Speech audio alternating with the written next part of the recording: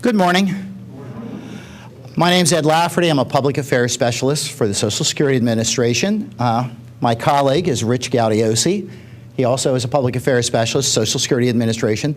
Really thank Emily and Colleen and Paisboa for just having us come.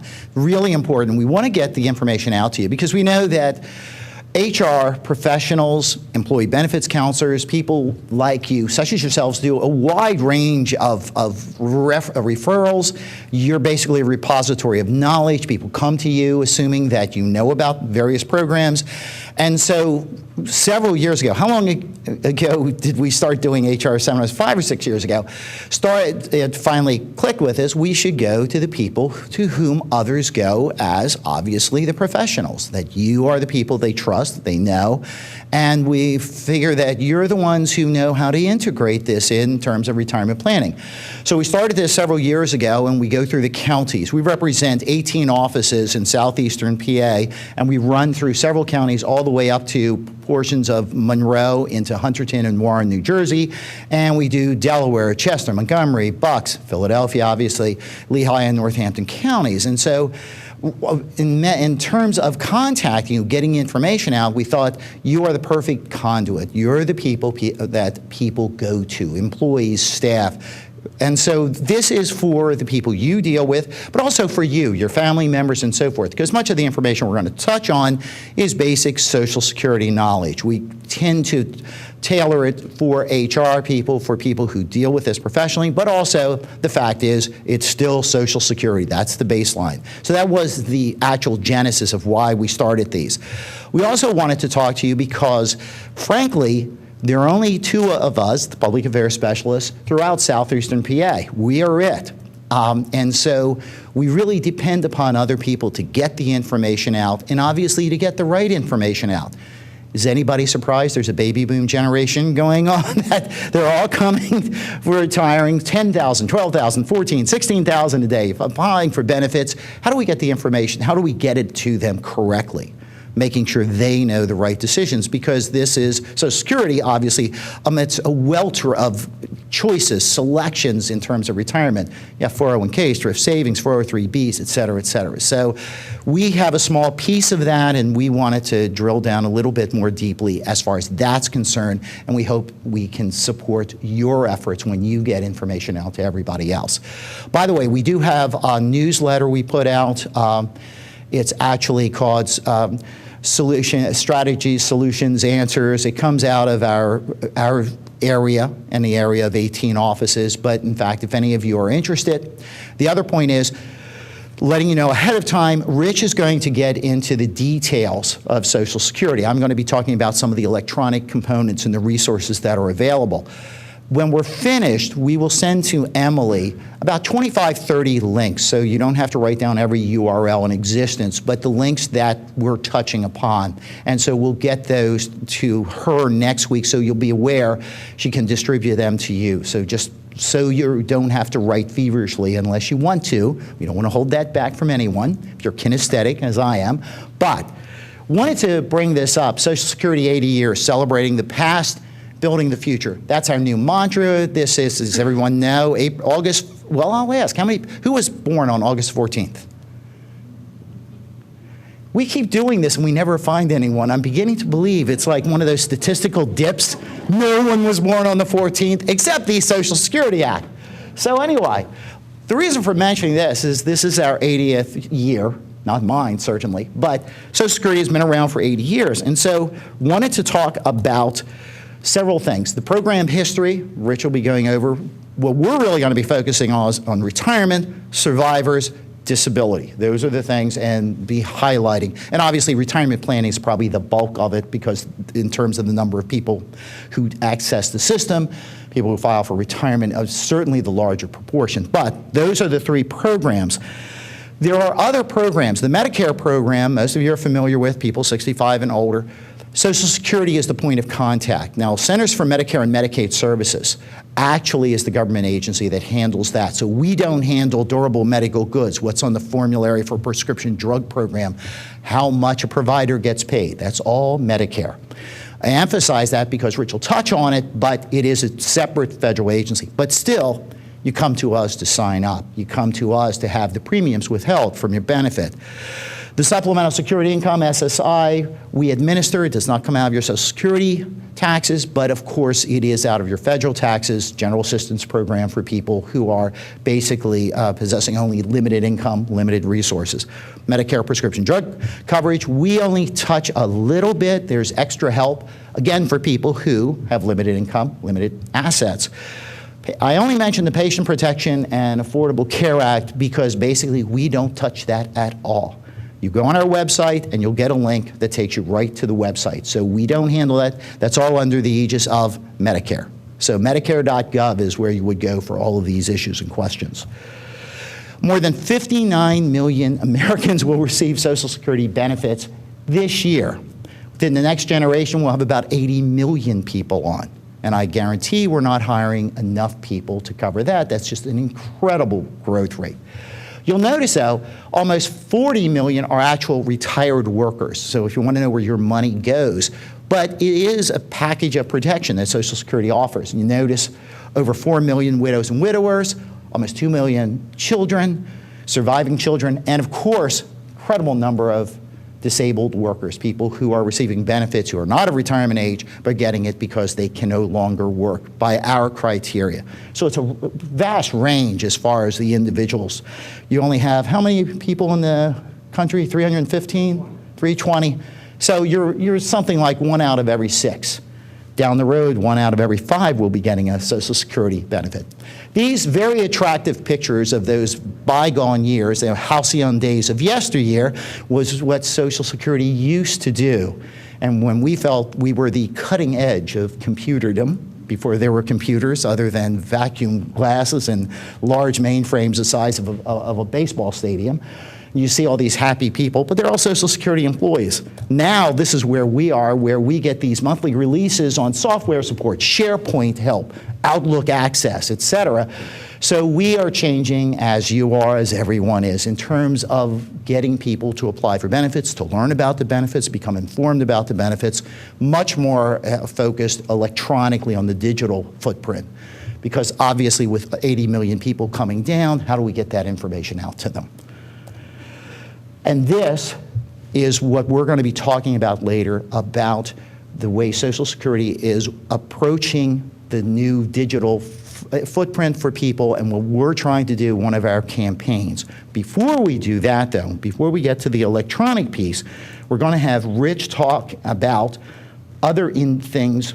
I can't do this. Here, let me do this. Excuse me? Thank you. I want to do this.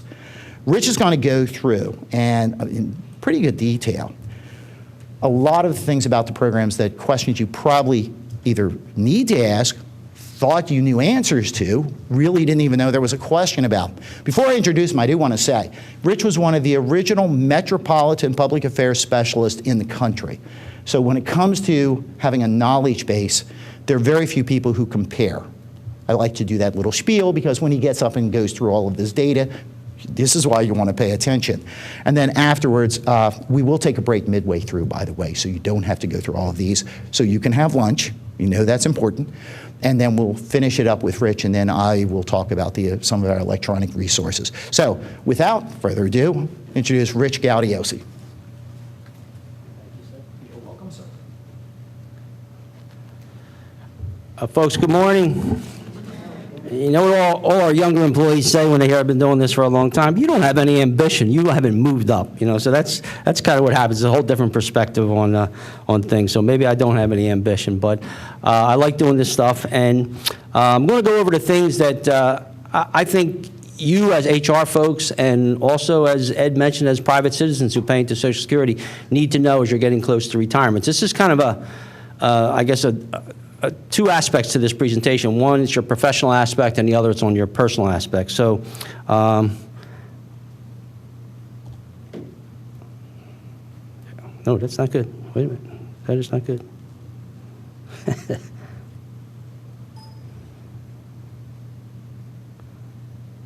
Oops. You guys getting all this? Okay. Okay. It's a new electronic footprint. Okay, there you go. I'm so good, I don't know how to work the machine. All right, folks, so these are the topics that we're going to discuss in this order. We're going to talk about you today as a worker paying into the Social Security system, paying your taxes. We'll talk about taking benefits when you or when people on your staff want to do this. We'll talk about the decisions that go into that. I think we'll pause for lunch. That'll make me popular after those first two. So I don't want to have a hungry audience here. That would not be good. And then we'll talk about working while receiving. If you want to work and get Social Security at the same time, that's a big consideration for people in terms of when they take their benefits. What is their work situation? We're going to talk about spouses' benefits, but also in a broader sense, family benefits. But spouses' benefits are really important because there's certain strategies and things that go into a married couple situation.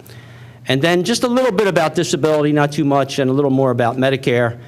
And then I'll stop, and Ed's going to talk, as he said, about the various electronic services we have today and how people can do things online. So here we go. This is your current payroll situation as a worker paying into the Social Security system. You have your payroll tax deductions, or technically your FICA tax deductions, which is the Federal Insurance Contribution Act. You might even see that on a pay stub as OASDI, which is Old Age Survivors Disability Insurance. It might say Social Security. However, however it's laid out. That's the taxes that you're paying into the Social Security program to become vested in the program. Like any insurance program, you have to pay in for a while to be able to get a benefit later on. Today, a person pays 6.2% of their earnings, up to $118,500 towards the Social Security program. So if somebody makes more than $118,500, they do not pay any more Social Security tax. And some people take issue with that. They cite the guy who always gets cited for these things, Bill Gates, and they say, Bill Gates here and a guy who makes $118,500 here, they each at the end of the year pay the same total dollar amount of Social Security tax. That's true, but they'll say, well, Bill Gates' percentage is a lot less than 6.2, and then in a way that's right. But Social Security was always intended to be a floor of income for retirement. So there was always been a cap on what you would pay taxes on. That figure has gone up about $1,000 to $1,500 a year for the last few years or so. You also pay a Medicare tax of 1.45%, but that is on all your earnings. So Mr. Gates pays 1.45% of what he earns going into the Medicare fund, okay? A lot of people like to lump those two together and say, I pay 7.65%, but that's the way it's broken out, 6.2 for Social and 1.45 for Medicare. So, folks, what do you get besides a smaller paycheck for paying those FICA taxes? Well, you're becoming vested in this program, as we talked about. You're becoming insured for benefits. As you work and pay those taxes, you're earning what's called credits. You need a certain number of credits to be insured for benefits. No matter how much money a person earns in any calendar year, you can only earn 4 credits in any one calendar year, okay? This year, $1,220 of gross earnings gives you 1 credit. So as soon as a person earns $4,880 in the year 2015, they have their 4 credits in the books at that point in time. So if a person worked on New Year's Day of this year and made $4,880 and stopped and did not work the rest of the year, they had their 4 credits in the books. Used to be at one time people had to work certain parts of the year. What were the credits called at that time? What do we term those earnings amounts that you had to reach? What was it called? I think you guys know. How many blank did you have? How many quarters? It used to be called quarters because you had to work in each quarter of the year before at one point. So if you did $1 million of work in January, February, March, it did not work the rest of the year. You only had 1 quarter of coverage and under that old system. Now it's just a total dollar amount. As soon as you hit the 4 credit level, you've earned your 4 for the year, okay?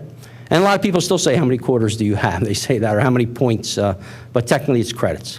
And today, nobody needs any more than 40 credits to be insured for retirement. So a lot of people like to look at that as 10 years of work gets me a Social Security check, 4 credits a year. So, well, that'll come up a little bit later as we go through here.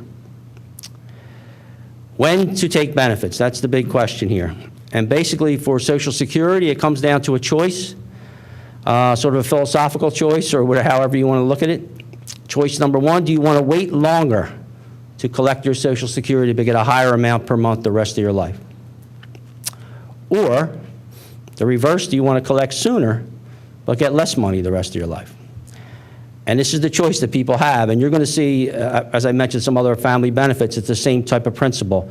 The sooner you take a benefit, in most cases, the lower the percentage. The longer you wait for a benefit, the higher the percentage you're going to get. So this is kind of what it comes down to for everybody, okay? And make no mistake, folks, we're trying to predict the future here when you're selecting when you're going to take your benefits. I mean, you can compile all this information, you're going to do the best you can with it, but you're trying to look into a Social Security crystal ball to some extent, okay? If you're going to wait to get more every month, then you're wanting to get your unreduced, your full, your 100% benefit, however you want to term it, you want to get your maximum benefit, you must wait to collect. You must wait until you reach your full retirement age, what we call FRA. Today, FRA is anywhere from 66 to 67. It's determined by your personal year of birth. What was the full retirement age for a million years before this? 65. And it was kind of easy for Ed and I. Would do a presentation at one point. Everybody in the room had 65. There was none of this FRA based on your year of birth, things like that. So everybody had a flat 65. But that went away a while ago, and it was done to have Social Security be solvent with people living longer. We'll look at the schedule in a second. If you're going to go the other way, if you're going to take your benefits sooner, and by doing so you're going to get less each month, you can collect as early as age 62 for your own retirement. Starting any time from 62 up until your FRA is going to reduce your benefit, of course. You're not going to get 100%. And those percentages can range from 70% for some people at 62, right on the button, 62, to as much as like 99.5% if you wait until the month prior to your full age, okay? The average increase per month, it's an incremental increase, is going to be about 0.5% each month that you wait. Sometimes it's 0.4%, sometimes it's 0.6%. So I think you might have picked up front, there's a sheet which has a sample month by month from 62 on. It shows how much people would get in particular years.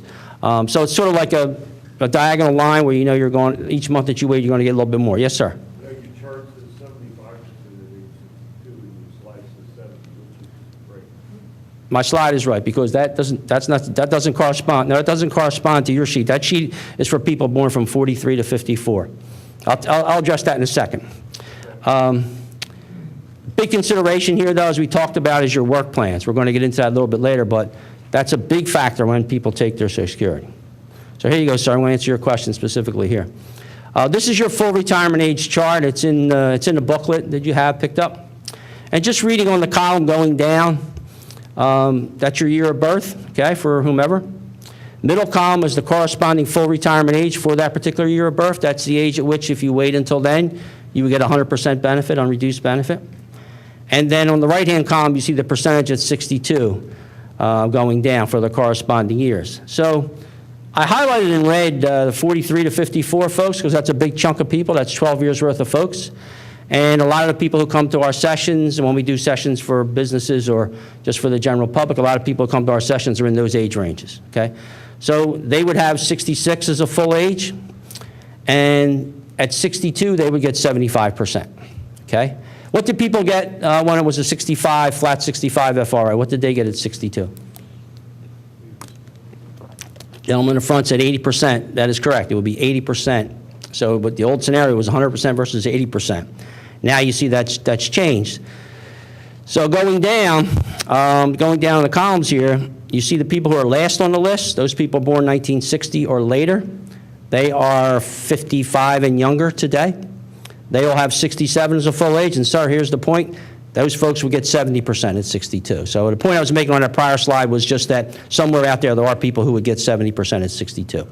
So you have to find where you fall. Now, Social Security, of course, has been a great deal, I'll say, for our parents. You can see now that people have to wait longer to get percentages that people got at younger ages. So Social Security is a great deal, I'll say, for our parents. It's still a good deal overall as a social insurance system, but not quite as good in terms of the fact that you have to wait longer to get those dollar amounts or percentages, however you want to phrase it, okay? So here, just to illustrate, a little example here, just to illustrate how this would play out with some numbers. Here, this imaginary worker I have here is born 43 to 54, somewhere in there. So his full age is 66. And I just said he's going to be due $1,300 at his full age, okay? So if he starts at 62, he gets 75% of the $1,300. He's looking at $975, as a starting point when he first collects benefits. So this is what we're talking about, the decisions that people have to make. What amount are they willing to accept, in a sense? Likewise, if this person waits the 4 more years here and is at his full age, he would get the $1,300, okay? You can, I guess I kind of fibbed when I say your maximum benefit was 100%. You can actually go past 100% in terms of a percentage if you delay taking your benefits until after your full retirement age. You can get 100% plus. If you don't take your benefits at your full age today, you get an 8% yearly increase that would be provided to you. Actually, it's an 8% increase for every 12-month period that you let go past, okay? At 70, there's no longer any increase provided to you. So there really probably, unless there's some taxation reason, there really isn't any reason why a person would not take their benefits at least by age 70, because you're not going to get any percentage bump up after that.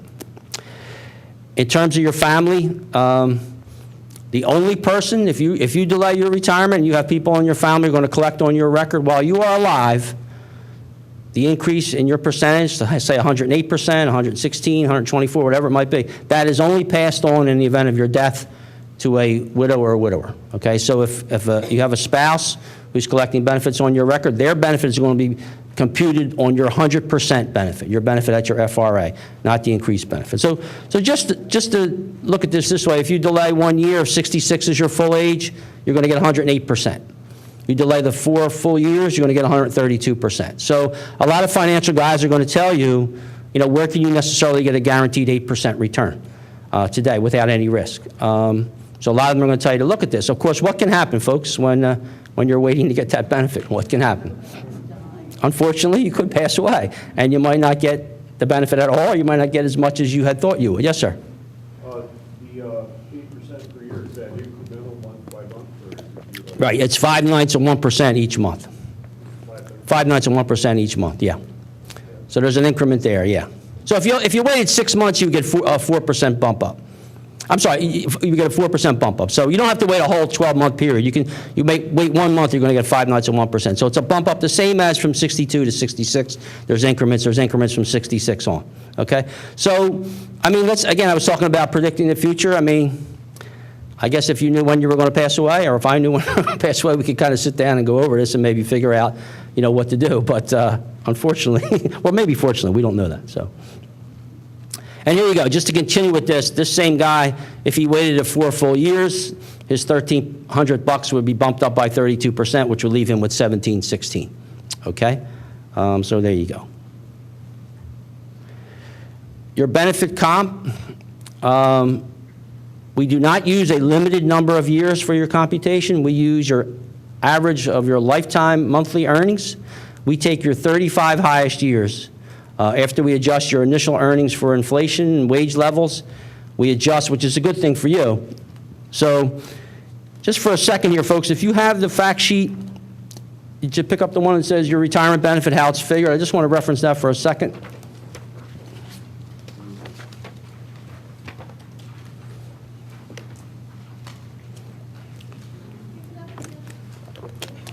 Your retirement benefit, how it's figured. There's a chart on the back side.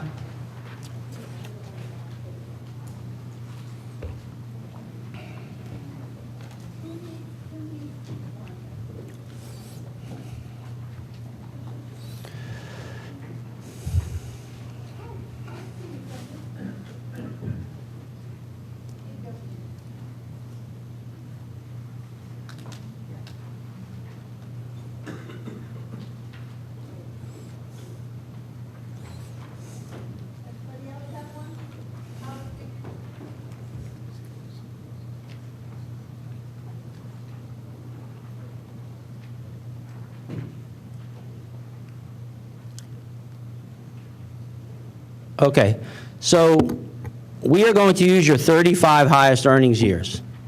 How many years did we say you had to work to ensure you get a check in the first place? 10. Let's see what we're going to use. We're going to use 35. So if you worked at 10 and you stop, yes, you will be due a check.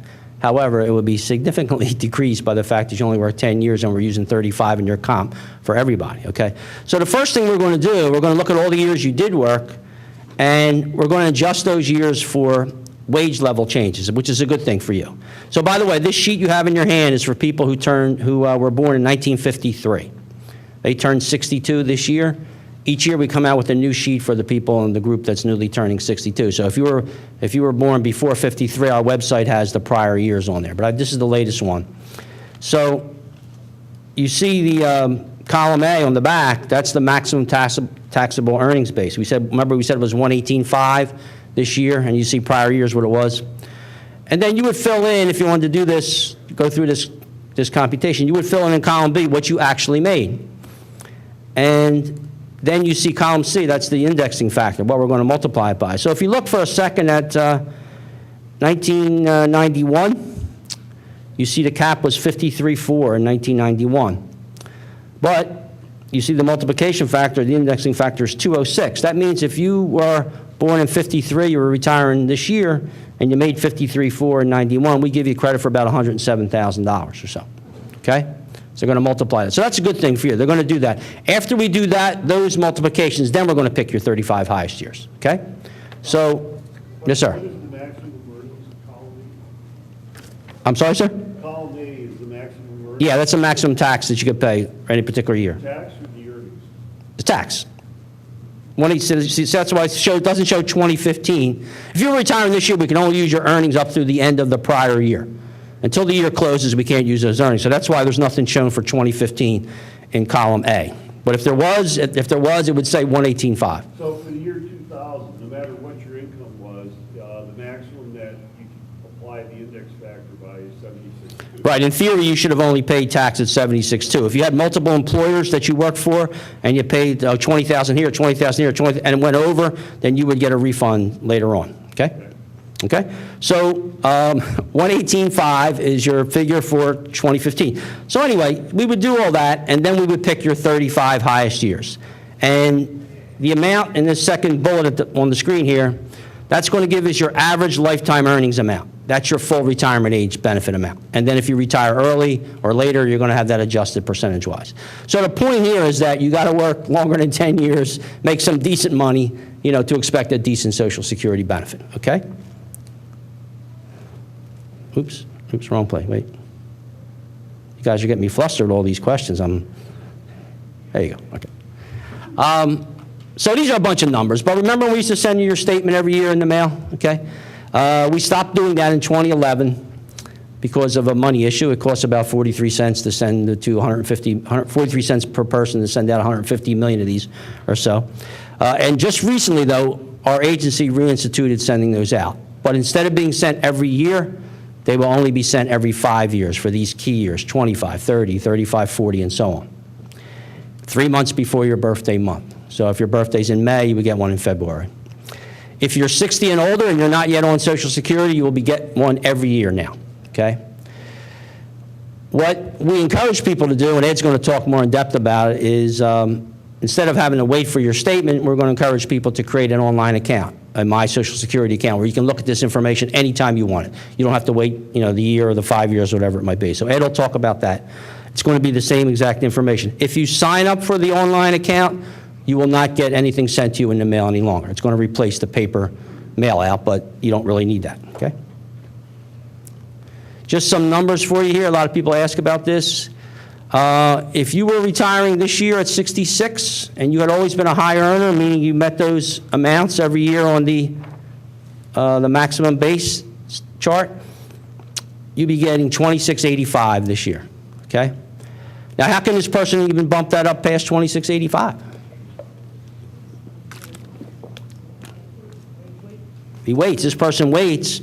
If they wait, 4 full years, that's another 32%. That would bump them up around $3,500 or so, or some amount. They wait. Some amount of time they wait, so they can bump that up. We do have some people across the country who are getting over $3,000.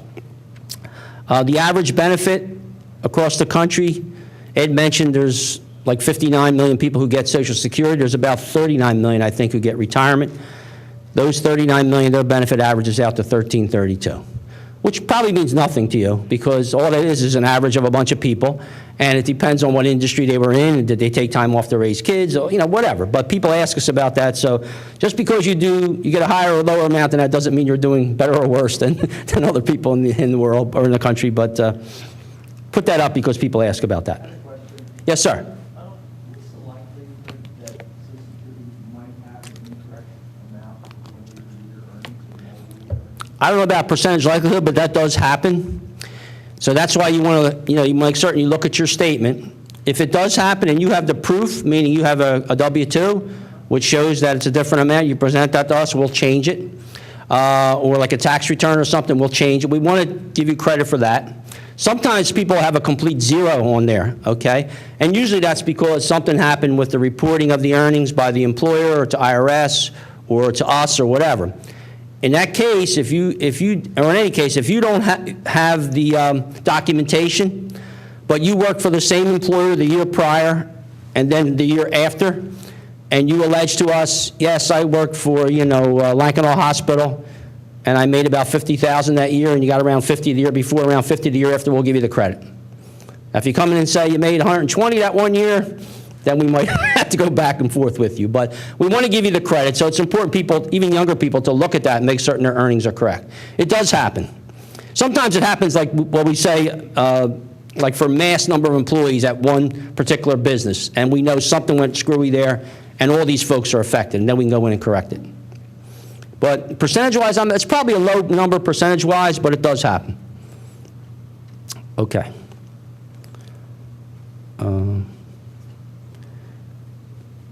Yes, ma'am. I'm sorry, I didn't see. You worked outside the country, like you worked in. Hi, Colleen.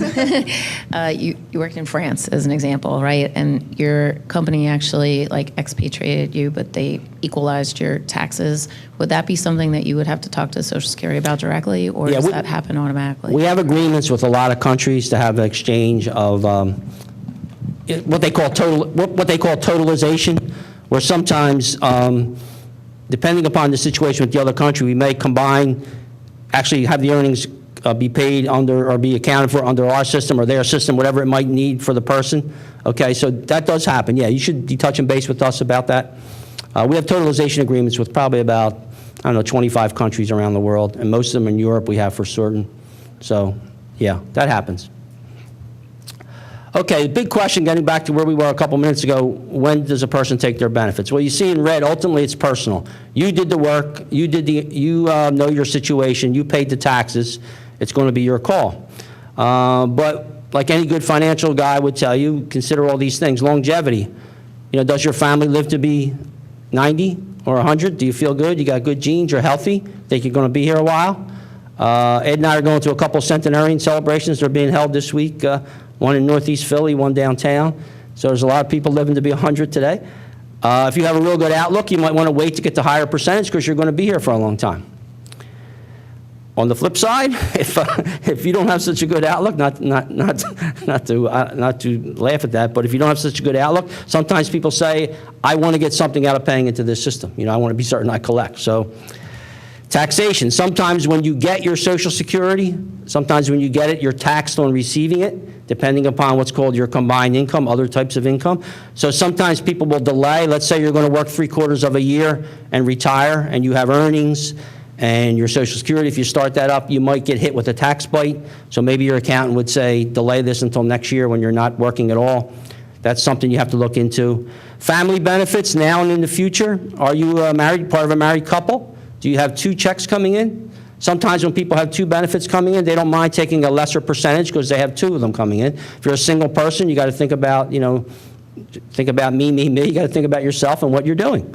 And also, if you are a member of a couple and one is the higher earner and the other person is counting on getting benefits on the higher earner's record, obviously, the longer the higher earner works, the higher they push up their benefit, the higher the percentage the higher the amount this person is going to get receiving on their record down the road. So sometimes people will think of it that way.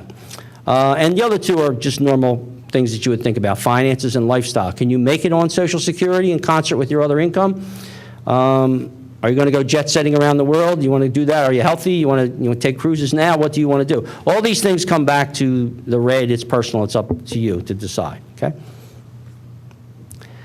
Here's one people like. When are you going to get paid?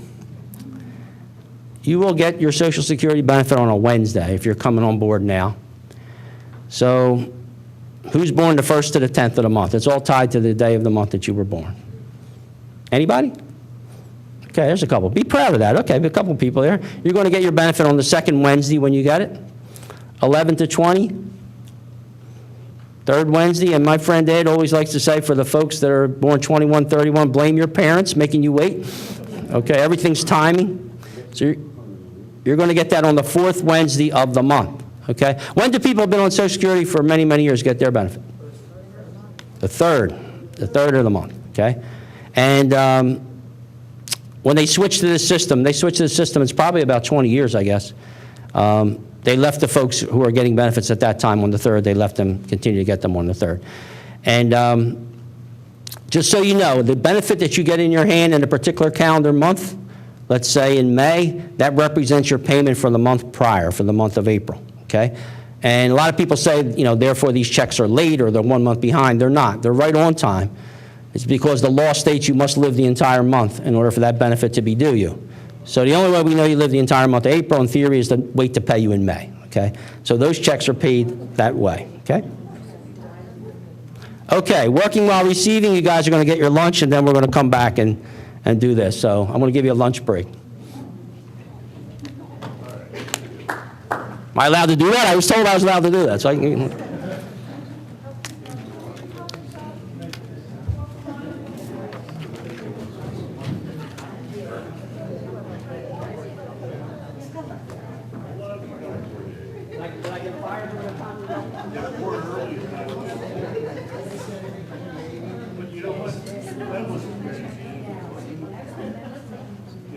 Born as early as you can.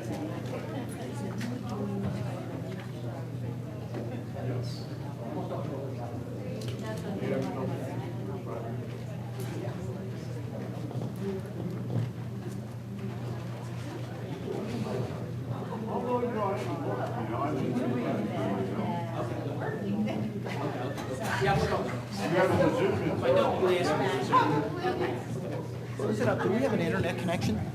I don't know. Where's One girl's behind the counter. oh, well, we don't want to bother.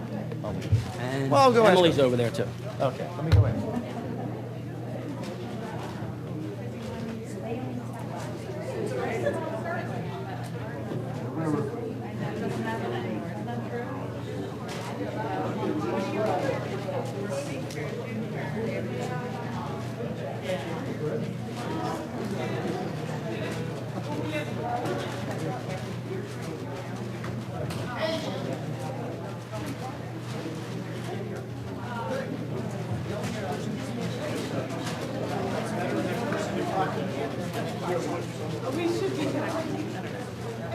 What do you need? SocialSecurity.gov.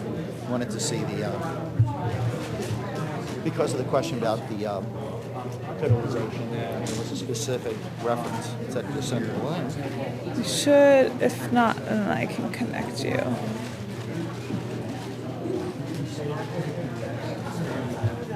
Yep.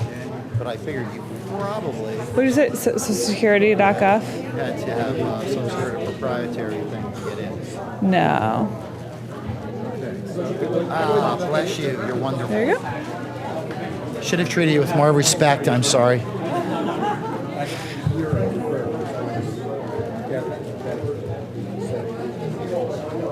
Yeah, well, that's here. The month term setup.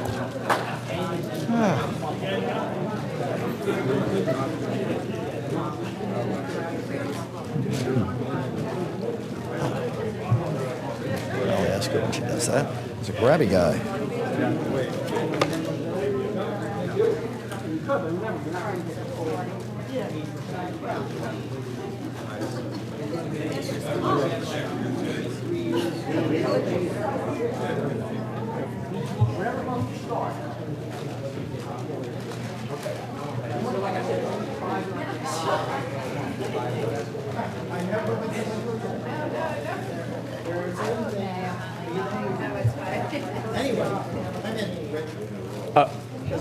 Oh, okay.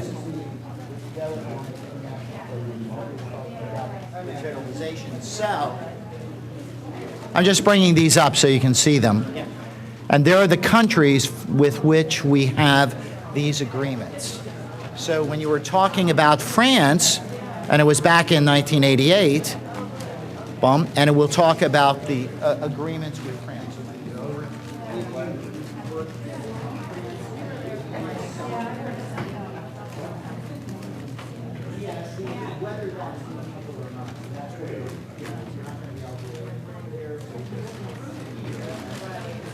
that's why I was saying, so if you look on the totals,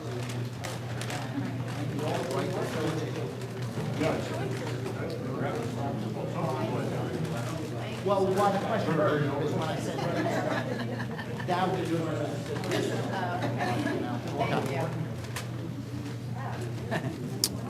Yes, sir.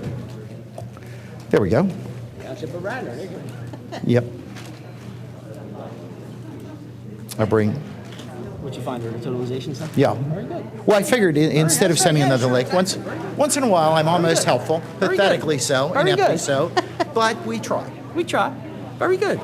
See, You know, it's funny, you have to hit this one page down. I was hitting this one and nothing was happening. right, I don't know why. because it doesn't have a num lock, right? I don't know. Well, I'll leave it alone. I'm good on it now. See, So what if you do it now? I don't know. Where's my thing? See? Oh, I got to use this. There. What am I doing? Oh, okay.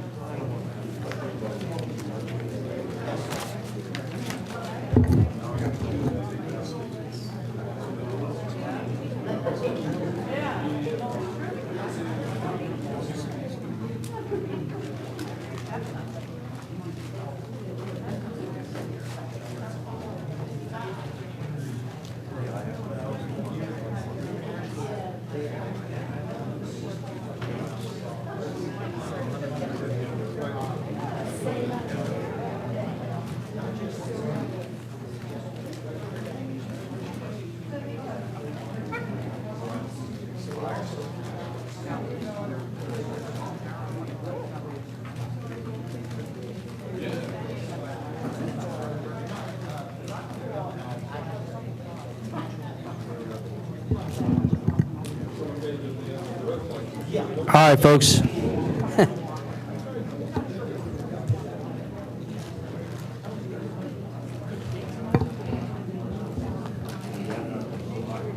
Folks, I'm going to change the title of this little section to "Working While Eating." I'm going to change it to that. Okay, how about?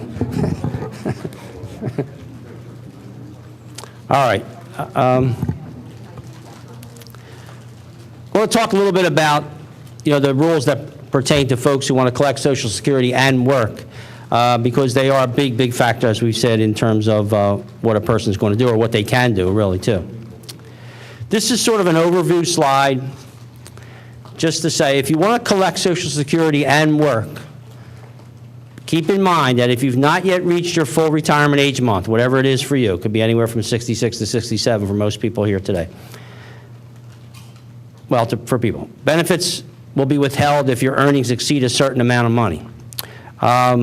In theory, you're being paid Social Security retirement benefits because you're retired, and the government has established that if you're earning over a certain amount of money, then you're not quite fully retired, so we can't pay you all your benefits. But once you hit your full retirement age month, whatever month that is, you could work and receive your full benefit regardless of how much money you earn. So at that point, you can make bazillions of dollars. So we're going to go through this. Before the FRA month then, because once you hit your FRA month, this is not an issue really any longer, okay? But before the FRA month, there's two earnings limits that have to be considered depending upon the age of the person when they're thinking of doing this. The first limit covers multiple years. If a person wants to collect any time from 62 up until their full retirement age year, it says January, but that's what that means. So we're talking here 62, 63, 64, and 65. Let's put it that way, okay? So that's one limit we're going to mention in a little detail in a second. The second limit is only in the full retirement age year and only if you want to collect prior to your full retirement age month, okay? So let's look at them. The first limit I'm going to say is for early retirees, okay? 62, 3, 4, 5. This year, the earnings limit is $15,720. And that refers strictly to earnings, wages or self-employment. Does not count pensions or dividends or investments, anything like that. Annuities, that doesn't count. We're only concerned with you working at a job.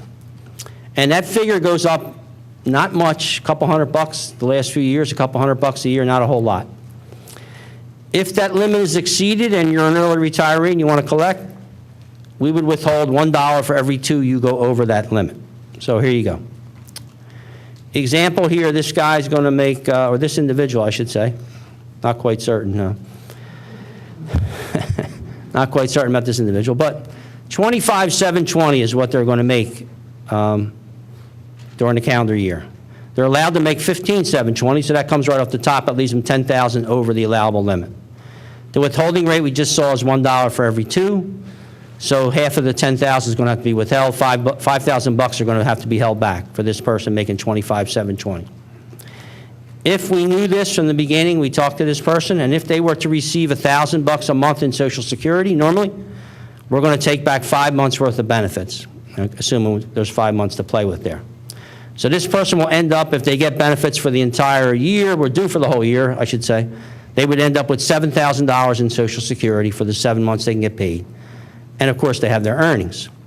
So some people will say, hey, that's fine with me. I'm getting 7 checks out of this deal. I'll do it. Some people say, no, no, no, no, no. I'm not going to have anything withheld. I'm either going to wait till next year, or I'm going to decrease my earnings, or we're going to change this somehow, whatever. But I don't want to accept this. So you get into what a person might be willing to accept or not accept. In the next, in the last year, as this person moves forward and they're older, in the full retirement age year, again, only if you want to collect before your FRA month, this is the scenario this year. So you see the limit is a lot higher. It's $41,880. It's almost 3 times as high. And again, only for months prior to the full retirement age month. So if this person's FRA month is June, this limit would only apply for 5 months from January through May. Once we hit June, it's not an issue. If this limit is exceeded, the withholding rate is also better for the person. It's not 1 for 2, it's 1 for 3. So scenario here, this person's going to make $52,680 before they hit their FRA month. Allowed $41,880, so we take that off, that leaves them with $10,800 over the limit. Withholding is 1 for 3, so 1/3 of $10,800 is $3,600. That has to be held back to account for them making $52,680. Same scenario, I made this easy on myself math-wise. If this person was due to get $1,200 a month from Social Security, we're going to take back 3 months to recover the $3,600, and they'll have whatever's left over. So, of course, a lot of this depends on what month you hit your FRA. A person who hits their FRA in February, they got 1 month to make $41,880. That's their limit. If they make less than $41,880 in the month of January, they could, if they wanted to, start their benefit in January. Now, they're not going to get 100% though in January. They're going to get like 99.5%. But, you know, people can think of those different situations. There is one other rule which is available to people, which is a good thing that's available to you. It's called the alternative monthly rule. You can only use this once in your Social Security lifetime. And most people, if they use this rule or invoke this rule, they do it the first year they retire. Instead of us looking at your earnings for the whole calendar year, we look at how much you make month by month. And the limit month by month is strictly the yearly limit divided by 12. So for the people not yet in their FRA year, this limit would be the $15,000 divided by 12 gives them $1,290.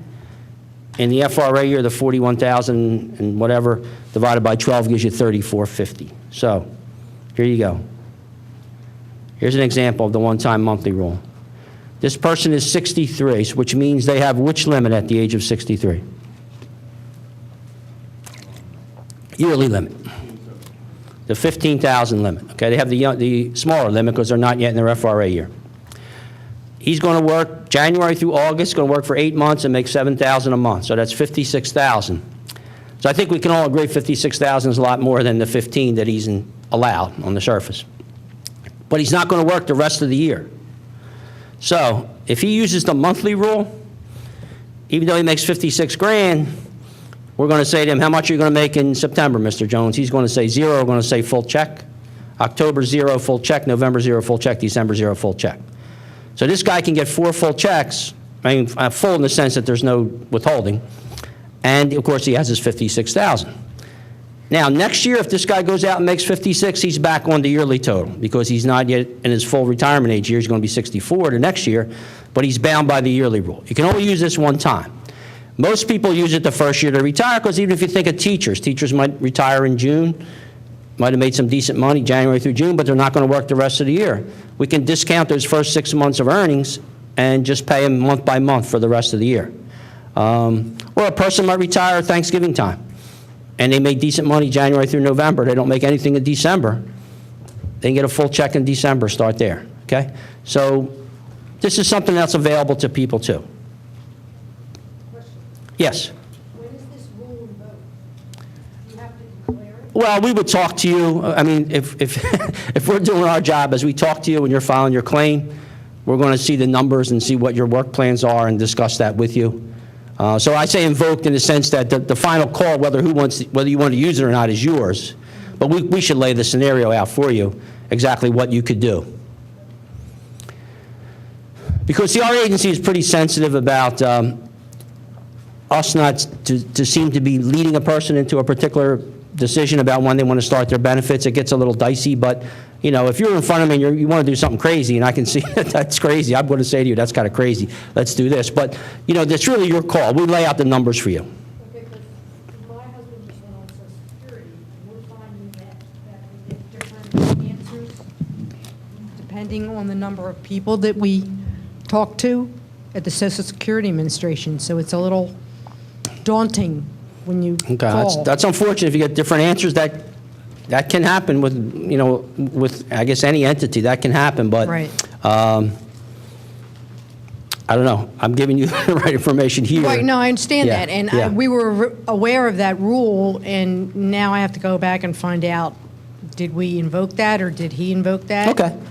And just, Okay, it's Find out where we stand. in essence, it's a math situation to just straighten out and what's good. And I mean, the one good thing, if a person just got on, you have a year to go back and sort of set things straight in a way, you know. Well, there's a principle called withdrawal. If you wanted to completely change your, what we call your date of election, your month of election, depending upon how many months you've gotten benefits and things and what you want to do, you can actually, within the first year, you can pay the money back, wipe the slate clean, and start over with a new month of election. okay, So, you know, there's things you can do. Okay. If it's caught early, yeah. all right, thank you. Okay. But what I wanted to say about this, though, for a second, it's a math game all the way through. I mean, it's a matter of how much your benefit amount is going to be compared to how much your earnings are going to be, compared to what month you're born, when you're going to stop your work. All these things kind of come together. Obviously, a person who has a higher benefit amount initially has more money to play with in terms of offsetting their earnings, you know? So, again, and how much are you willing to accept in terms of numbers of months of payment as opposed to non-payment months? So, you know, it's your call. Okay. Family benefits. These are the types of recipients, just divided by spousal situations and kids. We have married spouse, divorced spouse, widow, widower, divorced widow or widower, and then children, we have minor child and disabled adult child. Okay, so just to go into this. This is sort of important if you or you have people on your staff who are in family situations. This is important. Filing for benefits based on a spouse or an ex-spouse's record. Okay, we're talking here spouse, meaning currently married. Ex-spouse could mean divorced or it could mean deceased. Okay. To file based on the work record of a spouse, the worker, the person on whose record this claim is going to be filed, has to be either receiving retirement or filed for retirement. That's a key thing, the word filed. Or they're getting disability benefits, or they're deceased but they worked long enough before they died to be insured for benefits. Just because a person lived and died doesn't mean you can collect benefits on their record. They had to, the same way you have to pay in and get 40 credits, they had to pay in before they passed away. A certain number of credits they had to have. So just so you know, for a person who dies and you're applying for survivor's benefits, they need 1 credit from age 22 up until when they died. So if they died at 40, you need 18 credits, 22 off the 40, okay, which is 4.5 years of work, all right? So obviously a younger person doesn't need as much work time. What are the benefit requirements? First, we're going to talk about married spouse, meaning life, and a life case, meaning both husband and both members of the couple are alive. Minimum age is 62. You can be younger if you have a child of the worker who is under 16 in your care, or a child who is disabled. It could be even an older child. You have to be married at least 1 year or be the parent of the worker's child. Duration of marriage is generally 1 year or be the parent of the worker's child. Divorce situation, a couple of happy divorced people here. They just coming out of the courtroom, I don't know. This is a life case, though, where both are alive. Minimum age is 62 if there's no child in care. Duration of marriage here has to be 10 years. You've got to be married 10 years to get records on a divorced spouse record. Okay? You don't want to sign those papers at 9.5 years because you forever lost entitlement on their record. Okay? And if your ex is alive, you have to be currently unmarried. If he or she could have remarried, you have to be currently unmarried. How much do you get as a spouse in a life case? Well, remember we talked about the earlier you collect, the lower your percentage? Here you go. A spouse can get anywhere from 35% to 50% of the worker's full benefit. Percentage depends on the age of the filing spouse, from 62 up to FRA. So the most you can get as a spouse, and where your other member of the couple on whose record you're filing is alive, the most you can get while they're alive is 50% of their full benefit, okay? If your own retirement is higher at the time you're filing, depending upon the time frames and things, that may prevent you from collecting a spousal benefit. So we'll talk about that in a second. This is important here. If you're filing for a spouse's benefit prior to reaching your full age, if you are insured yourself, meaning you have 40 credits at that point in time, you must first file for your own retirement based on your own work. You have no choice to do it that way if you're filing prior to your full age. So this would be like 62, 3, 4, 5, somewhere in there. Then if you're due any additional money as a spouse, we'll compute that and pay that to you. So here you go. This is Mary. Mary's going to file at age 65. She's 12 months early to her full age, which is 66, okay? Her reduced retirement, because it's reduced 12 months, right? She's starting 12 months early. So she's not going to get her full benefit at that point in time. She's going to get $850. Her reduced spouse's benefit, also 12 months early, is $916. Mary is not going to get $1,700 and some bucks, okay? She's going to get $916 total, but the way it's going to be broken out is that on paper she's going to have $850 on her own record. She's required to take her own, and then she gets the difference between the $850 and the $916 she could get as a spouse. So on paper, on our book, she's getting $66 as a spouse. If she was due $917 on her own record at this point in time, no spouse's benefit will be payable because her own benefit would beat that. Yes, ma'am? I'm totally confused. Okay. So I hope someone else is too. No, I don't want anybody else to be confused. I just want you to be Okay. confused. I don't understand how she's getting on her spouse's benefit. Is he still working? He's still alive, you said? No, he's don't worry about that. She can collect on his record at this point in time for the purposes of this scenario. Okay. So let's say he's getting retirement. Let's say he's not retired. Okay, let's say he's not She wants retired. to retire, and he's still working. Well, you're getting a little ahead. I think you're getting ahead because Okay. I have something that's going to cover that situation. But for now, this example, let's assume that he's retired and collecting. Okay. Okay? So go ahead. How is it confusing now? Go ahead. So he's retired and he's collecting, but she can still collect on his benefit? Yes, the scenario we have here. She has a higher benefit that she would be due as a spouse, so she can get the difference between Okay. her own and that one. And you see at the bottom, if she couldn't do it if she was getting more on her own record, or would be due more. You see the bottom one? Nope. If she was due $917, that would knock her out of the box of getting any spousal benefit at this point in time. So it depends how the numbers shake out.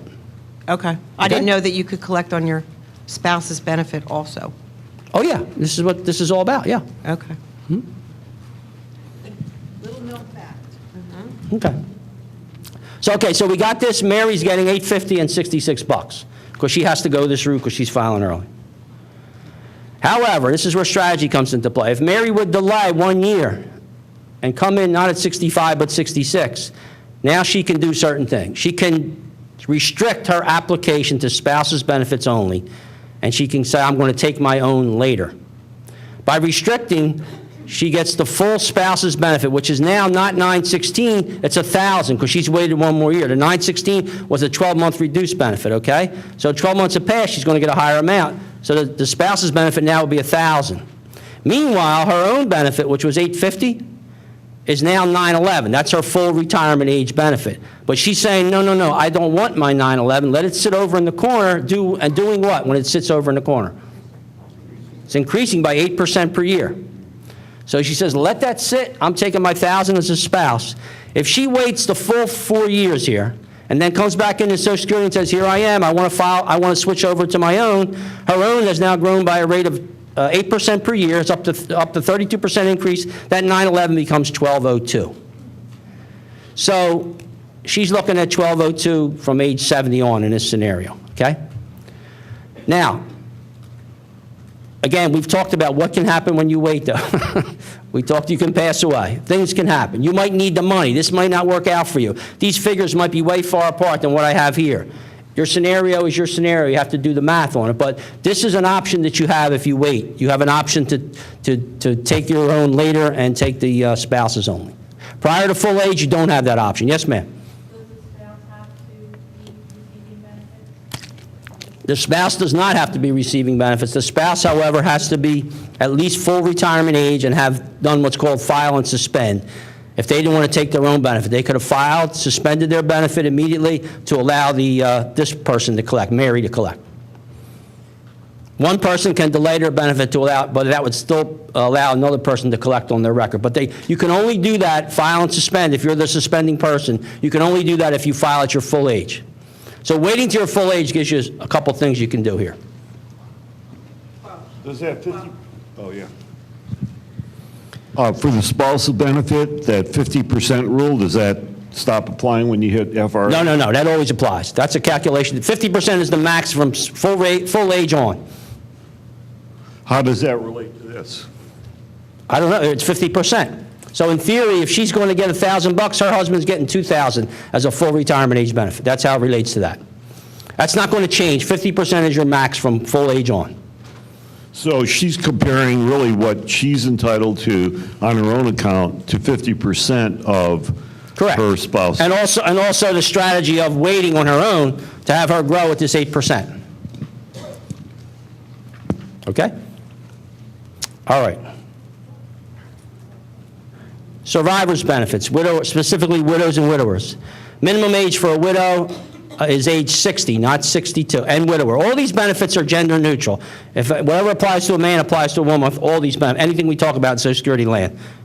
Age 60 is the widower's minimum age. They can be younger if there's a child in care who's under 16 or disabled. You can be younger than 60. So if you're 40 years old and your husband gets killed in an accident, you have a 10-year-old daughter, at the age of 40, you can get a benefit because you have this 10-year-old child in care. If there's no child in care, 60 is the minimum age for widowers. Duration of marriage we saw in a life case was 12 months. It's 9 months in a survivor's benefit, okay? Or be the parent of the worker's child. You must be single, or if you did remarry, you did it after the age of 60, okay? So you don't want to, if you found love the second time around, you don't want to get remarried at 59 and a half because that puts a hold on this first benefit. If you wait till 60, you could file and get married and collect, okay, on the first person. How much do widow or widowers get? Percentage-wise, again, same principle. You file at 60 with no kids involved here, 71.5% is the benefit, 71.5% of the deceased full benefit. If you wait till your full age, it's 100% of the deceased full benefit. The only exception to that, which can skew the numbers a little bit, is if the deceased person took early retirement. That changes how much you can get as a widow or widower, okay? One last thing on strategy, we'll be done with this. We saw already that if in a life case, if you have and you're filing prior to your full age, you must take your own benefit first in a life case, okay? Widow or widowers are not bound by that rule. They can take their, they're not required to take their own retirement when filing for a survivor's benefit prior to full age. Here you go. Mary is a widow at 63. Her full age is 66. At 63, she can take her survivor's benefit and file for her own retirement later. If this was a life case, at 63, Mary would have to take her own. Here, she can leave hers alone. She can leave hers alone until 70, let's say, and she can get a full 132% on her own. Again, it depends on the numbers, all right? Child's benefit, children can get benefits on a parent who's either receiving or deceased up to age 18. We'll stretch that out as far as 19 conceivably if they're in school at the time they turn 18. And there's also a category called disabled adult child. This is someone who is over 18, therefore they are an adult. They have a disability that began before the age of 22. Common example is someone who's born with an intellectual disability. They could be 40 years old, let's say, or 45, and at that age have a parent go on benefits or a parent pass away. At the age of 40 or 45, they could collect as a disabled adult child. Normally, though, healthy adult children, 18 is the cutoff for benefits. Real quick on disability. I don't know if you get involved with disability issues much with folks, but Social Security's definition of disability is a very strict one. You have to have a physical or mental impairment that prevents the person from working for at least 12 months or is going to result in that person's death. Age, education, and work experience are a factor. So one of the key things is, can this person do the job that they've always done in their working life? If the answer is no, they can't do that, then the next question is, based on their age and education, could they do another job? And therefore, sometimes people get turned down because even though they can't do the job they've customarily did because they have education, maybe they can do a job working at the desk or whatever. So sometimes that, comes up. If you're disabled at age 31 or later, you have to work 5 of the last 10 years under Social Security, okay? If you're approved, so you have to have this, what we call current connection. You have to have worked in a period of time prior to becoming disabled. If you're approved, you're going to be paid after a 5-month waiting period, okay, for which you are not paid at all. There's 5 months that you don't get paid for in the beginning. You will be due Medicare after 24 months of entitlement to benefits. My last couple here are on Medicare. Then Ed's going to talk about the electronic stuff. Medicare, of course, is the federal health insurance program administered by the Centers for Medicare and Medicaid Services, CMS. They're at 1-800-MEDICARE. You apply, however, with us at Social Security to get on Medicare. We make the determination initially. After that, though, any questions, as Ed said, about durable goods and all these different things, that goes to CMS. Who gets Medicare? Basically, people get it on the basis of age or by having some type of impairment, if they're younger than 65. So 65 is the age. It's not tied to the full retirement age change. It's a flat 65. If you're eligible for Social Security, meaning you've paid in for the 10 years, or you're eligible as a spouse, you've done what you need to do to qualify. It doesn't mean you've taken your Social Security. It means you're eligible for it, okay? If you don't have the required credits or can't get it through a spouse and you want to get Medicare, you might have to pay more for it, a lot more. If you're under 65, you can get Medicare if you've been entitled to Social Security disability cash benefits for 24 months. People with kidney failure, they don't have to be on disability, but they can also get Medicare as well. 4 parts to Medicare. Parts A and B are the traditional parts of Medicare. Part A is your hospital insurance. That covers a person staying in as an inpatient. No premium for Part A when you get it. But what did we say in the very beginning? You're paying a $145 Medicare tax as a worker. All these years you're paying the premium. When you get Medicare A, you don't pay it, but you've been paying for it all these years. Part B is medical insurance, covers outpatient procedures. You get a test done at the hospital. You're just in and out, test done at the doctor's office. You do pay $104.90 as a standard monthly premium to get B. You might pay more if you have higher income. High income, I should say. And the last 2 parts are parts C and D. Most people feel that parts A and B alone are not enough to cover them medically in a sufficient fashion, so they need some type of other coverage. So that other coverage can come in the form of Part C, which is a Medicare Advantage plan. Private providers offer various types of coverage, for example, on HMO coverage, with like Aetna or Blue Cross, whoever might offer that. That's voluntary. Part D is the prescription drug plan. It's been in effect about 9 years now. Private providers offer various plans similar to Part C. Ed mentioned before, Social Security, the only thing we have to do with Part D is we have a program called Extra Help, where people who have low income and limited assets, they can apply with us to get certified for Extra Help. And then they would pay like lower rates for a premium, for co-pays, for deductibles. We would certify them. They get a 25% break, a 50% break, 75% break, whatever, based on their overall financial situation.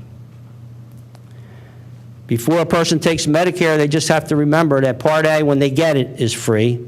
Part B costs money, at least $104.90. Main factor on when you take B is whether you or your spouse are working and covered by an employer group health plan, which you guys know all this, but so just talk real briefly about getting on Medicare in 2 situations. First is when you and your spouse are not working. If that person already took Social Security, meaning they took early retirement, obviously, 62, 3, or 4, they will be sent a card in the mail. We have a mailing address for them 3 months before their 65th birthday. They're going to get a Medicare card in the mail. They want Medicare, they just keep that card. There's nothing else they have to do. They're enrolled as of their 65th birthday month. If a person, however, is not receiving Social Security and they're not working and the spouse isn't working, nobody knows they're out there.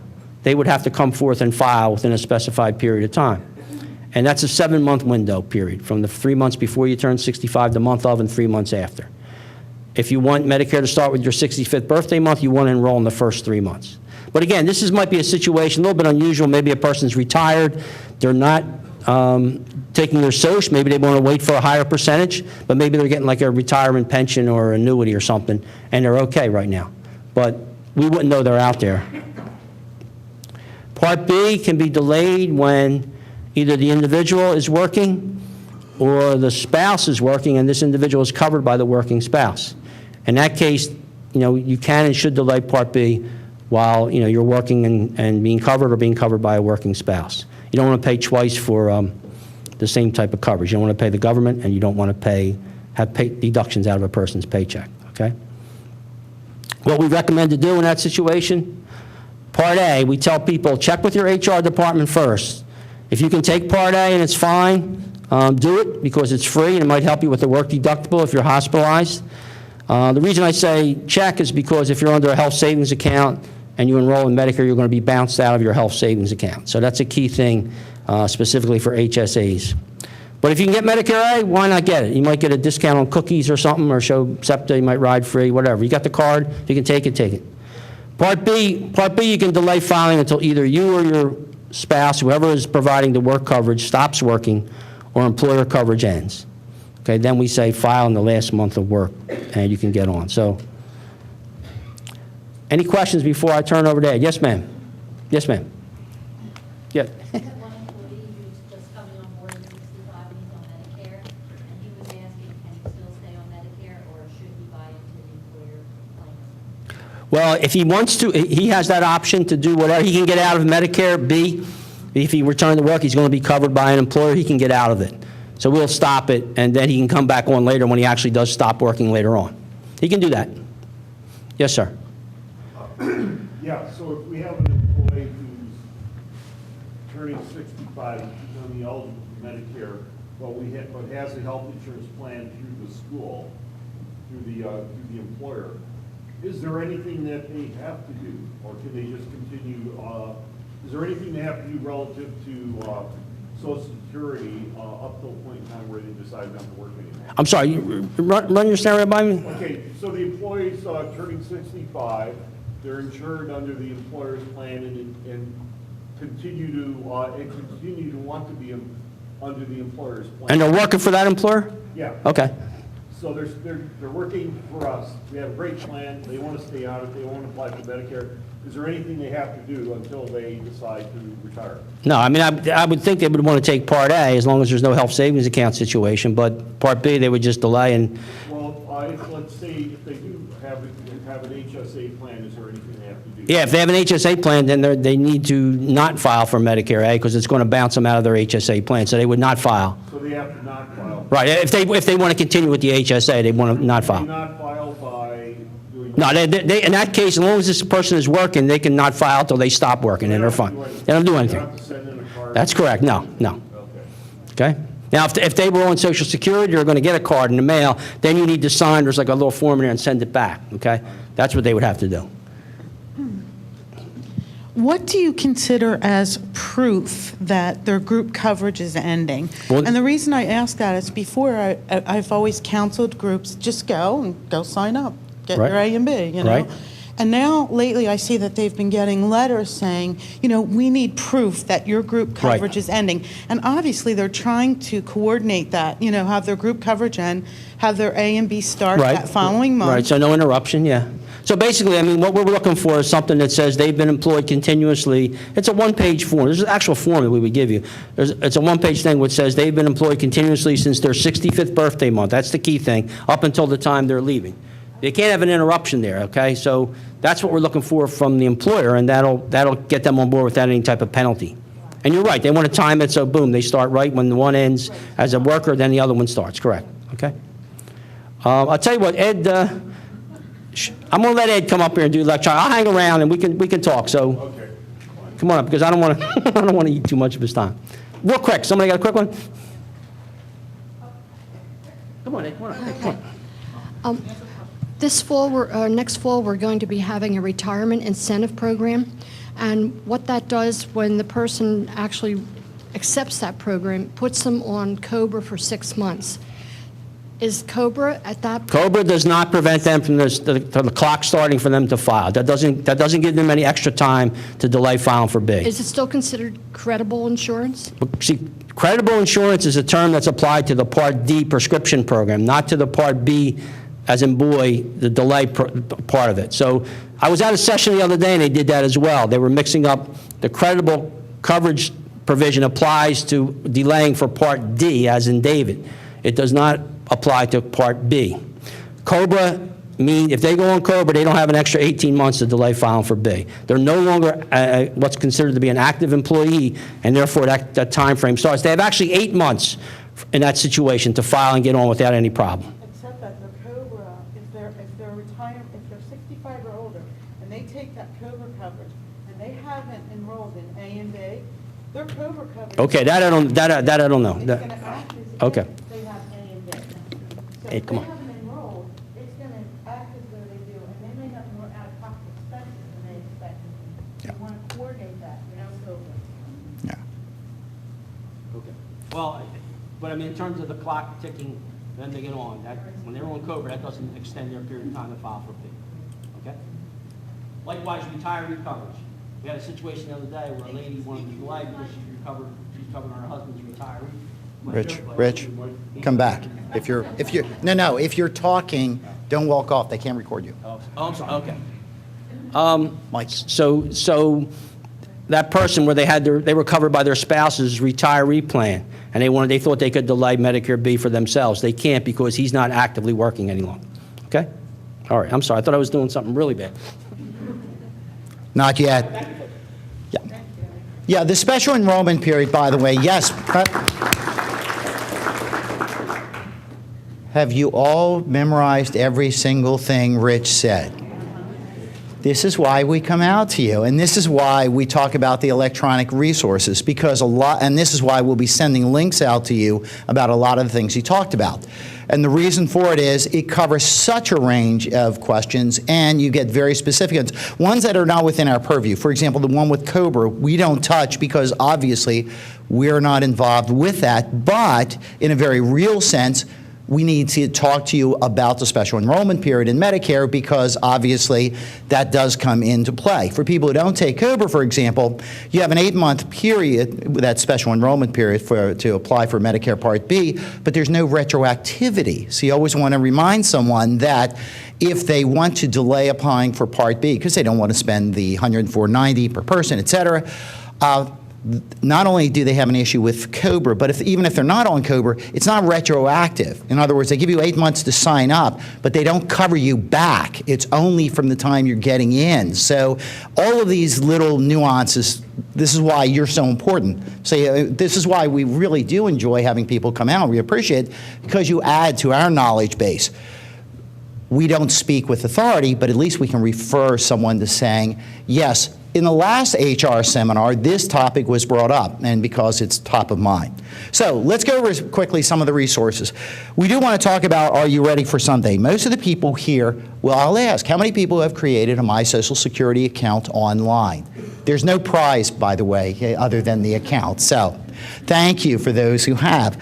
One of the points we make with our marketing material about Sunday is basically sign up, create a My Social Security account. As Rich talked about, that for everyone, you want to look at your earnings record. Yes, they do say in the paper format to people now every year for people 60 and older. For everyone else, it's 25, 30, 35, 40, 45. But you really want to get all of your employees to be checking, whether you're looking at the paper or they're creating an account online. And the reasons are what Rich was talking about. The question came up, are those earnings correct? We're not going to know every year you've worked. Now, I apologize, but the older you are, the more complicated and challenging it becomes. Where did I work in 1988 and how much did I earn?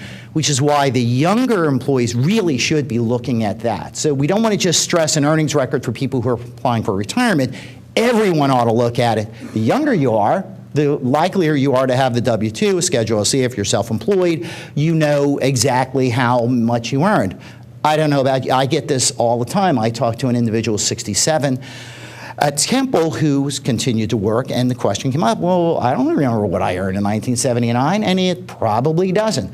Though I will say, if you look at your earnings record and you check these, it's amazing how that comes up. I get this again and again. I looked at it, and I do remember. In 80, I worked here. In 81, we did such. It's amazing how that comes out. You're not going to remember down to the penny, but you really need to look at it. So this is a major point. Even though it's very obvious, you want to look at your earnings record, you really want to create an account online. This is the way of the future portal for Social Security. One of the points of being at least 18 years, that's why I say younger employees. You have to be 18. Valid email address, Social Security number, U.S. mailing address at this time. This is going to be the portal in the future. They're doing pilots, for example, that down the road you can get a replacement Social Security card if you have an account. Things like that, so you don't have to go into an office. They're starting pilots on this. So the issue will be that for many, many people, you can do it online. Not for everyone. We know that not everyone can do this online. Cognitive deficits, language issues with, you have to have broadband, do you feel comfortable with it? Learning difficulties, education, a range of challenges. So not every one of your employees and not every one of your staff members will be using it, but probably the majority can. And that's the point. The more people who get on, and the fact is, the more people who get on, you get a statement, you check estimates of what you would receive. Not just for retirement, but what if you become disabled? What if an employee, dies? What do the children receive? So you really want to make sure, is this correct? All of the numbers that Rich was talking about, all of those formulas, all key to one thing. Are these numbers right? Because if they're not, then you have to start putting question marks after how much you're receiving. So that's why it's essential about that. It's very easy to do also because once someone is on Social Security, they can do several things. They can get a Medicare replacement card, a 1099. They can change your direct deposit. They can block information if they wish so that someone else can't get their Social Security information. So it really is essential not just for somebody who's thinking about it, who wants to look at their earnings record, but even for those people you have who will retire. Get them to look at this. It's a very, very useful tool. Again, it's not for everyone. But for the majority of people, it really is a useful tool to have. It's really easy. You notice you can you just go to socialsecurity.gov/myaccount, and in fact, once I show you our website, you cannot miss it. The one thing about Social Security is the redundancy. In a lot of cases, and I won't say anything about some of the websites your schools have, but sometimes you go on and you have to drill down a lot of pages and screens to get to where you're looking. Social Security builds in a redundancy factor. It's pretty hard not to find your way through it. So on the My Social Security account, it's going to be right on the front page and several pages later. Wherever you go, you'll find it. You create an account, you provide some personal information, verifying who you are. That's why it's so important. You get a username, password that you create, and so you have an account. You can also create added security, and this is very nice for those of you who want to make sure that in addition to the username and password, notice you get a unique code, you'll get a text on your smartphone. Basically, your phone will be your key. If someone else gets onto your account, you'll know someone else is using it. So it gives you that extra security that now again, you get a text even on the times you are signing in. It's everyone. No one escapes. But at that point, you have a better handle on, hey, did somebody get my Social Security number? Personally identifying information is such an important piece. So when you create this account, you really can control it and customize it. The added security, I'm just going to mention very quickly.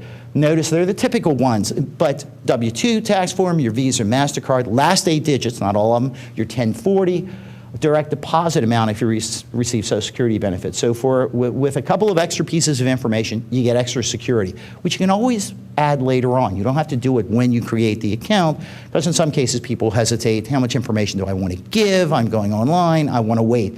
So you always have the option to do that. This is, and I don't know about someday we'll ride a gondola in Italy. They used to have bison out in the western states.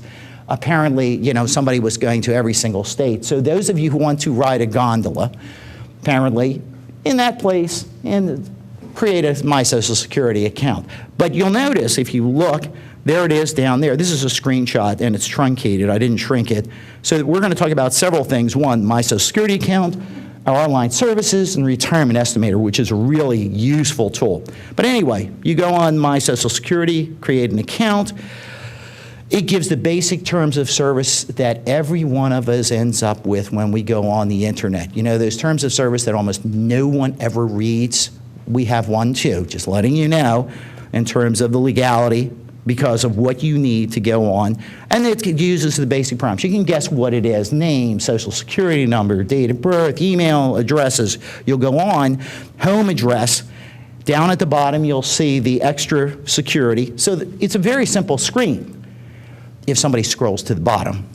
As they've done studies, people do not always scroll to the bottom immediately, depending on how long. But this is pretty straightforward. This is the issue for your employees. And the reason for going through this is Social Security's system is set up to ask those out-of-wallet questions. Previously, and many times you'll find knowledge-based authentication. What's your mom's name? What was your, if you're married, what was your maiden name? But many people can get those. Out-of-wallet questions are the kind of ones that they have. You may have opened an auto loan or auto lease in or around August 2006, and they go through the amounts. Does it apply? Now, if you're like me, you can't remember which year it was, and so there are other ways to get around it. You go none of the above. But the reason for doing this is someone else would have a very difficult time creating an account in your name, just by virtue of the fact that some of us have problems creating an account in our name because of the questions they ask.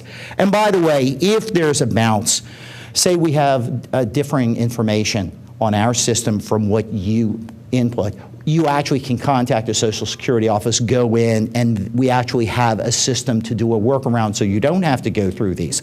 This actually is a soft inquiry with Experian. I only mention it because if you look at your credit report, it's not TransUnion or Equifax, just Experian. The way the contract arrangement, the software just sees, hey, we've got this information, what do you have? And if they don't agree, because there could be something very small, meaningless, but is not in agreement, because they're very careful with the integrity, you would just contact the office and you can go in and actually create an account. So you have an option. But for most people, do this. Again, you have to create a username. I always love 18 to 20 letters and or numbers. And Rich and I were, I forget where, and we were assisting one person because we go out and we do sign-up events. And a woman created some, remember it was like an incredibly unusual, it couldn't possibly be that anybody had that username. And it bounced back saying, somebody has your username. So you do have to be creative, because how many people have now signed up? Are we at 18 million now? 18 million, so at some point. And then, of course, the infamous password, 8 characters minimum. You have to have like a question mark or an ampersand, uppercase, lowercase. Those of you like me who constantly are shamed into the fact that they do the password strength. Here's weak, moderate, strong. I'm always weak. I don't know why. About 22 times I finally get the password right. The reason for going through this is it can become frustrating for people who haven't used this. You are familiar with it. So if you can just say, hang in there, it's really not that bad. The world doesn't come to an end just because it did not like your username, because you wanted to say fuzzy little kitten blue. It doesn't work. It's fine to go fuzzy little kitten red, and you can do that. So let your people know. And then it says, hey, you've successfully created. How can I protect my information? Once again, they give you that option. And then the next step down there goes right to where we have the estimated benefits and earnings record. And so you see you have more and more links there. They actually will give you other information about the number, last 4 digits, date of birth, your email address, always double checking with you. And then you actually you can have a benefit verification letter. Here are your estimates. They actually tell you how much you get. The ones that, it captures the same information that the paper statement gets. Or, if you wish, you get to look at your earnings record every single year in which you've paid Social Security taxes. It's all there. You can print it, you can save it. Incredibly useful, and it doesn't just come once a year. So if you have an issue, you can look at it. All of your employees, all of your siblings, all of your close personal friends, every significant relative, they should all be looking at this. Make sure this is correct, because it is essential. One, because we want to make sure somebody else isn't creating it, but really you want to see, I earned that, this is what I would get per month. It's based on what? And it's the what that you're looking at. The other thing that's really useful is we have a retirement estimator. I always like this because as opposed to creating an account, and at this time you don't have to create one, you get a lot of people who come in who say, okay, I'm 58 years old. What if I stop working and I don't work at all? Or I go to work, I become Oprah Winfrey, and I'm making way more than. Hey, don't laugh, there are Oprah Winfreys out there, but if you feel better with Mark Zuckerberg or Warren Buffett or Bill Gates, fine with me. Point is, it's different from this statement. The statement that comes to you and the statement you see on there assumes you're going to be working all the way through to your retirement age and approximately the same amount you're earning now, because again, it's projecting. But if you think, oh, what if I stop work, I work part-time, I only make half as much? The Social Security Retirement Estimator will let you create those what-if scenarios so you can go back. So if you have an employee who says, I'm not really sure, I'm 57, I can now retire, no, I don't want to cut Social Security. What does it have an impact?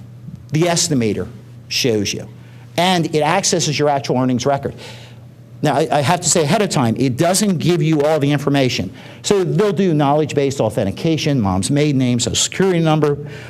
You put in all of the information. They'll ask about a retirement estimate. Say this year you made the same amount, and it gives you that. Now, notice, it does not do a breakout of the earnings record.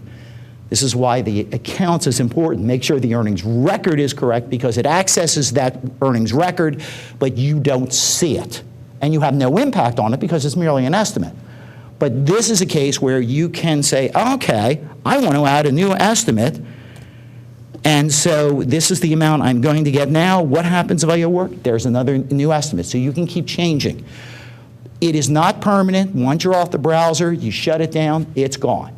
But you can do several what-if scenarios within the time you're on the browser. So it's really useful for your employees. If they're not sure, if you have people who can retire early and aren't sure, what can I do? That's the one to do it. And if you do meet Oprah Winfrey or her surrogate, let me know. We'd like that.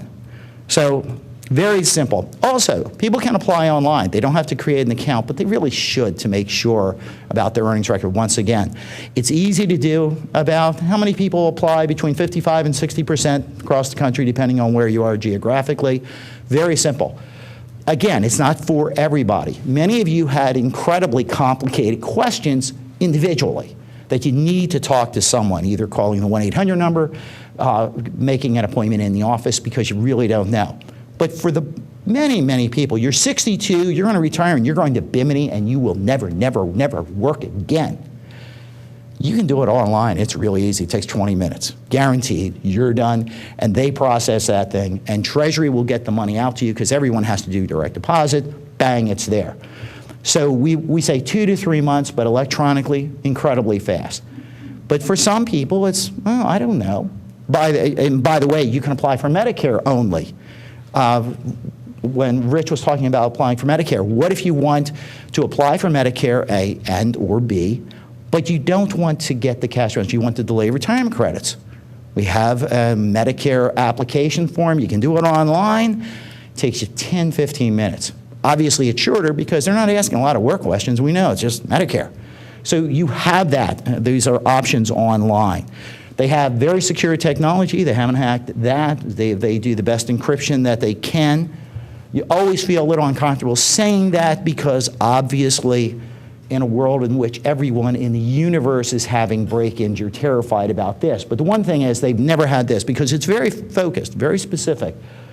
You can start it immediately. What's really nice is that if you have employees who want to apply for retirement, many of the offices have appointments set up for 4, 6, 8 weeks out because you just have so many people applying. And you can only have so many people in person doing it. This thing, I do it immediately and you get immediate feedback. And it will say, your application is submitted. On the other hand, because there's always the fear that not for you, but for me, that I just typed in the wrong data. a human being pulls it from the system and literally looks at it, and they're mandated, somebody's going to check it. So if you had something that was really odd, why did you put that down? It seems contradictory. They'll call you. So it really covers it both ways. You're not hanging, you get it faster, you don't wait, but somebody, it does look at it, because that is one of the issues always. This is one of the most important decisions in a person's life. If you're 62 and you're going to live till you're 92, we're talking about 30 years, you want to get it right. So, in fact, we want to get it right, so that's why doing it on the internet, somebody looks at it to make sure that that's correct. That's always the highlight. There's our cat. I do want to mention, for a lot of your people, hit the benefits at the top. We actually, by the way, do have videos on YouTube with cats and lots of other things with Social Security. Social Security 101, if you question any of the things we're talking about, disability, 5-6-part series. Those, anybody have an idea of how many hits you get? Like 1,000, 2,000. The cat gets like 150,000 hits. So for 60 seconds of watching a cat pound on a piano, we're successful. So for those of you for search engine optimization or starting your own business, get a cat, apparently a cardboard box, a piano, or put a hat on them, and you will be a success, because we are a success. If only we could get Social Security 101. I'm trying to talk Rich into doing that with a hat dressed up with whiskers, but he's saying no to this. I'm really disappointed. So you go on, benefits. Click that. And this is where your tax money will work, and so is this. So please, we exhort you, go through the whole system. But to save your people time, if you get benefits and you hit retirement, apply online, notice on the left side it has all of this information about retirement, disability, there's a planner. But they can apply online, they click it, that's it. But there's even a video introduction on the right, and that's why I say, you'll notice, make sure you meet the requirements. There are links on links on links. We don't want to overwhelm people, but you really want to make sure that they're not kind of stranded going, okay, what do I do next? If anything, they'll always give you information about what you can do next. So you can start a new application. What's really nice about this is in many cases we start the application and we get halfway through and say, was I married or wasn't I? For those of you who have faced this question, you can return to a saved application, so you can feel safe about that. There's also a human resource professionals page. Now, in fact, and you look under third parties, information for, bang, you click that. This is very useful on this.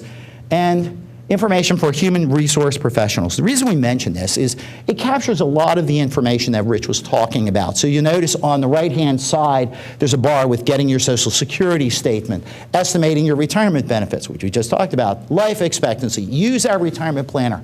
By the way, if you plug in the search engine, retirement planner, there are prompts so that for a lot of people, it's not only the answers to the questions you have, but it brings up questions they might not have thought about. So it really covers a wide range, and it goes on. So Security for Young Workers, get a form, get a publication. So Retirement Planner is really useful, but this one kind of dumps into one basket a lot of the eggs you might be pulling out, okay? And that's about as close as I get to a culinary description.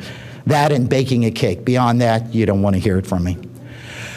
The other thing is, in a diverse society such as ours, you'll have a lot of employees who might speak different languages, not as fluent. Now, Social Security has what's basically a multi-language gateway. Now, two things. One, it doesn't cover all of the languages. I'll show you in the next one on this. We end up having publications, American Sign Language, Italian, Somali, Spanish. The Spanish one we have is almost a mirror image. In other words, if you go on our website, you'll see at the upper right side, Espanol, then other languages, and it's quite complete. But the point about this is somebody speaks Italian, French, Russian. The reality is we have publications, Chinese, we have publications in those languages, and they're fairly up to date. Sometimes they lag, say, a year because we're still getting them translated. But the point is, if you have individuals who aren't really sure about Social Security and they speak one of these languages, you can get a lot of forms, direct them there. Very useful, very helpful. And finally, we're back to the gondola where you smile. Go look at this. Please look, socialsecurity.gov. If you want to learn about the solvency of Social Security, where it says our agency, click under that, go to the actuary page. They have the trustees report and information about various suggestions. If you want for retirement, disabilities, it's all on there. I'll be sending to Emily about 25, 30 links, one of which will be the earnings test calculator that Rich referred to and others. But the point is, use this. It answers just about every question, and in fact comes up with questions you might not have thought you had answers to. You didn't even think it was a question. Terribly useful on this. So we really suggest use our electronic resources, get everybody to create an account, and in fact, remember every single thing that Rich said. And if you remember those 3 points, particularly the last one, you will be the Social Security guru where you are. Any questions about this? By the way, you've been a really fantastic audience, I just want to say. Do you have any final thoughts, Rich? Rich just waved. Okay. You're sure. So, yes, go ahead. Sorry, I have one question. I can't remember if I heard about it on KYW or on the news. It said the baby boomers were in for a big surprise for those. For baby boomers that had defaulted on student loans, that they were not eligible to get Social Security, and I didn't know if that was true or not, and I did not default on loans. So. Well, I will ask Rich, have they not held those at the moment, a moratorium on that? Right. Yeah, that has been, a moratorium was placed on that because it came out and people talked about it and they're examining it. What they will do in the future, cannot say, but as of now, definitely a moratorium. So that doesn't stop anyone. And in fact, it didn't stop anyone before from applying. It was the question of, was there some sort of tax refund offset that was being looked at? So that's one of those issues. Oh, I do want to talk about one thing. In your booklet, the one you have that has the Social Security information, the one that was handed out to you. No, your actual one. It's a handout on the left side, I believe, that says Social Security. The booklet that from the individual whoever talked about Social Security before. Hammersmith, I don't want to butcher the name, but it says Social Security and baby boomers, basically. On the back of that, the copyright's 2011, and it has information about, for example, Social Security reform. But the amounts and the referral is to a date that's out of date because the trustees report came out in 2014. This has copyright of 2011. So just in terms of updating, most of the other information is perfectly accurate, not as complete, such as the special enrollment period and so forth. You only have a couple pages. So it's not chiding them, but just pointing out when you look at it, it says, cutoff date is 2037. If you hear 2033, that's the current cutoff date in terms of Social Security, the issues of solvency and how much will be paid out on the dollar and so forth. So more information about Social Security is on our actuary page. I didn't want to talk about the solvency issue, but because I think it's like 4 pages or 6 pages, very nicely done, but that latter part about the reform and when it was done and how much and so forth is just inaccurate because time has passed, that's all. Thank you very, very much. You've been terrific, and I hope you have a wonderful day.